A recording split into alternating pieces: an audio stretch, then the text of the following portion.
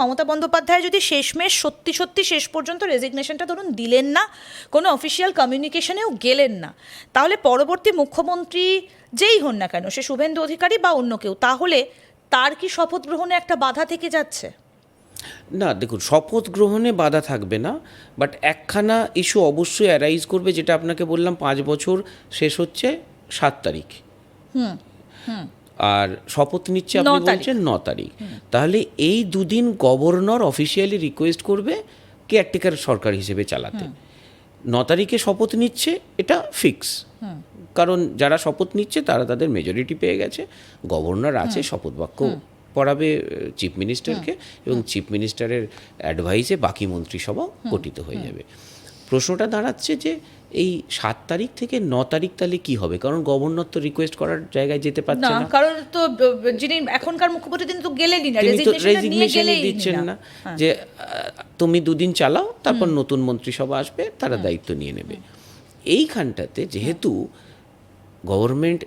Governor এই সুযোগ পাচ্ছে না এক্সিস্টিং গভর্নমেন্টকে রিকোয়েস্ট করার জন্য, ডিসমিসের কথাটাই আমরা আবার একটু পরে দরকার হলে আসবো। ডিসমিস তো করতেই পারে, ডিসমিস করলে কিন্তু এই সময়টা, দুদিনের সময়টা হয়তো 3 দিন হবে, 4 দিন হবে, ডিসমিসালে গেল না, বাট গভর্নর চাইলে ডিসমিস করতে পারে সরকারকে।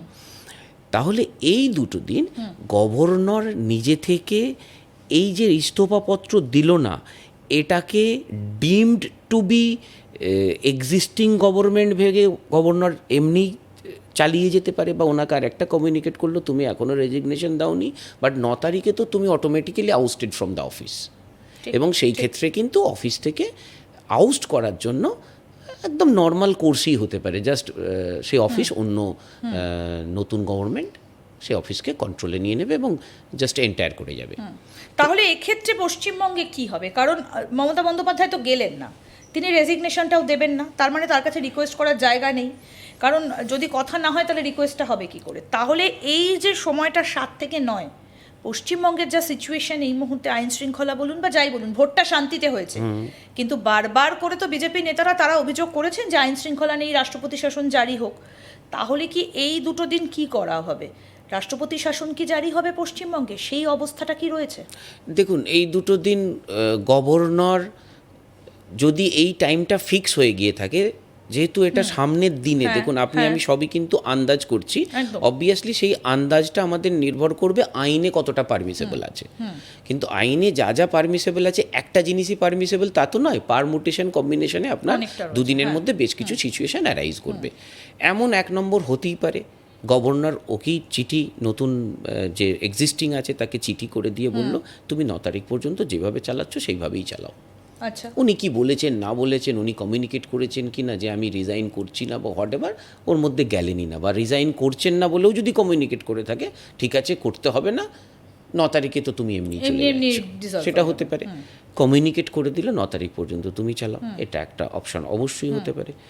2 নম্বর অপশান আর একটা ডেফিনেটলি হতে পারে, নতুন গভর্নমেন্টকে 9 তারিখেই শপথ নিতে বলল, তাহলে আপনার আর অফিস ভ্যাকেন্ট থাকছে না, ঠিক, এবং সেখানে যদি কিছু ঘন্টার ব্যাপার থাকে, ফরসে 7 তারিখে গভর্নমেন্ট আপনার 5 বছর শেষ হয়ে গেল, রাত 12টায় শেষ হবে, সন্ধ্যে 7টায় শপথ নিল, তাহলে সন্ধ্যে 7টা থেকে রাত 12টা কিন্তু দুটো গভর্নমেন্ট, সেইখানে ইনি কিন্তু ফোর্সফুলি অফিসে এন্ট্রি করে যাবেন।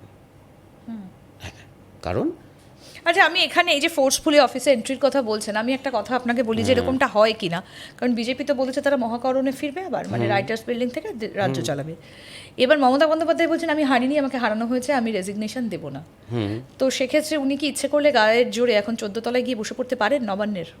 বসে পড়লেও দুটো রাস্তা আছে, এক হচ্ছে 14 তলা থেকে ওনাকে বের করে দেওয়া যেতে পারে, মানে গণতান্ত্রিক পদ্ধতিতে বাধা দিলে, যে কারো বিরুদ্ধে যেভাবে আইনের যা যা ধারা আছে, মানে ফোর্স অ্যাপ্লাই করে বের করে দিতে পারে। অথবা যেটা ধরুন শুনছি, রাইটার্স বিল্ডিংয়ে হয়তো শিফট করলো, রাইটার্স বিল্ডিংটাই অফিস হয়ে গেল, তখন যিনি বসে আছেন সেটা তার পার্সোনাল ট্রেসপাসিং ধরে নিতে পারেন, যদি গভর্নমেন্টের প্রপার্টি হয়, তার আর কোনো ভ্যালুই থাকছে না, কারণ যে শ্রেণীটা চালায় সরকার, মানে আমলা অ্যাডমিনিস্ট্রেশন, তারা এখানকার সঙ্গে কমিউনিকেট করবে, রাইটার্সের সঙ্গে, নবান্নর সঙ্গে তো আর কমিউনিকেটই করবে না। স্বভাবতই এটা একখানা জায়গা তৈরি হলো। থার্ড যেটা আপনি বলছিলেন 356-এর কথা, যে এনাকে রিকোয়েস্টও করলো না, আবার 9 তারিখেই গভর্নমেন্ট নেবে। একদম। তাহলে এই ক্ষেত্রে কিন্তু অবশ্যই এই কটা দিনের জন্য গভর্নর প্রেসিডেন্টকে বলতেই পারে অ্যাডমিনিস্ট্রেশনটা প্রেসিডেন্টের হাতে চলে যাওয়া। মানে সেই আমরা আলোচনা করছিলাম, আপনাদেরকেও বলি যে আমরা এই আলোচনাটা শুরু করেছিলাম এসআইআর এর সময় থেকে, যে পশ্চিমবঙ্গে কি তাহলে রাষ্ট্রপতি শাসন জারি হচ্ছে বা রাষ্ট্রপতি শাসন জারির মতো পরিস্থিতি তৈরি হয়েছে। আমরা এখনও জানি না যে 9 তারিখের আগে আগামী 1 বা 2 দিন সেক্ষেত্রে রাষ্ট্রপতি শাসন জারি হতে পারে কি না। রাষ্ট্রপতি শাসন জারির মতন অবস্থা কি এই মুহূর্তে পশ্চিমবঙ্গে রয়েছে? কারণ ভোট একেবারে শান্তিপূর্ণ হয়েছে, সেই সংকট কি আর পশ্চিমবঙ্গে সত্যিই দেখতে পাচ্ছেন? না, দেখুন, রাষ্ট্রপতি শাসন কখন হতে পারে বা কোন সময় হতে পারে তার একটা আন্দাজ আমরা সবাই জানি, আর সেটাই অ্যাকচুয়ালি ল, সেটাই সংবিধান। যে যখন পরিস্থিতি বা অ্যাডমিনিস্ট্রেশন ফেল করে যাচ্ছে একটা রাজ্যকে চালাতে, তখন রাষ্ট্রপতি শাসন হয়। ঠিক। তো সেই পরিস্থিতিটা আমরা আর ব্যাকে যাচ্ছি না, ফর্সে হয়নি, মানে আজ পর্যন্ত হয়নি রাষ্ট্রপতি শাসন, সবত ওই জায়গাটাতে আমরা গেলাম না। ঠিক।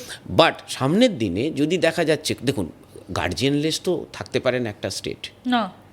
তো যখন যদি দেখা যায়, এবং আপনি ওটাকে কিভাবে টার্ম করবেন ওটা আপনাকে আমাকেই ভাবতে হবে, যে এই গভর্নমেন্ট রিজাইন করলো না এবং কেয়ারটেকার গভর্নমেন্ট হিসেবে তাকে চালানোর রিকোয়েস্ট করা হলো না, চালালো না, সেই জন্য 2 দিনের গ্যাপে কে থাকবে ওটা আমি একে আর অ্যালাউ করব না, যেহেতু রেজিগনেশন দিল না। এগুলো দেখুন খুব সূক্ষ্ম ফাইনেস্ট প্রোটোকল, সমস্ত কিছু কিন্তু ল এর সঙ্গে প্রোটোকলটাও একটা ম্যাটার করে, যে কি প্র্যাকটিস চলে, খুব রিচ একখানা প্র্যাকটিস চলে একটা দেশ চালাতে গেলে, বা একটা রাষ্ট্রের তো খুব একটা রিচ কালচার থাকে। তো রিচ কালচার থেকে যেমন অনেক ক্ষেত্রে আমরা দেখি একবার রিকোয়েস্ট করলে, মানে একটা বিল ফেরত পাঠিয়ে দিল, সেকেন্ড টাইম পাঠালে কিন্তু তাকে সই করতে হয়, ধরে নেওয়া হয়েছে, তখন আর তাকে সে না বলবে না। এই জায়গাটা থেকে হয়তো মনে হলো যিনি দিলেন না রেজিগনেশন, সবতি this is very odd purpose, it does not look good. এখন ওনার কি পলিটিক্যাল মেসেজ আছে, কার কি আছে, that is the different issue. But সংবিধানে যেটা আইন, আমাকে রেজিগনেশন দেবে, আমাকে দিল না, সেটাকে আমি খুব লাইটলি নিয়ে আমি ইগনোর করলাম, অথবা আমি সেটাকে খুব স্ট্রংলি নিয়ে ওটাই কি অ্যাক্টিভিটি দেখিয়ে যে this is not at per with the constitution or practice of the constitutional spirit, এইটা যদি আমি ধরি, তাহলে কিন্তু এই দায়টা কিন্তু থেকে যাবে, যে একখানা প্রোটোকল, একখানা ফাইন প্র্যাকটিসকে ভাঙার যে দায়টা। মমতা বন্দ্যোপাধ্যায় আমরা বিভিন্ন সময় দেখেছি যে এরকম নানা কর্মকাণ্ড করেন, যে তিনি আইনের ধার ধারেন না। গতকাল বিকাশ রঞ্জন ভট্টাচার্য এই কথাটা বলছিলেন, আইনজীবী বিকাশ রঞ্জন ভট্টাচার্য।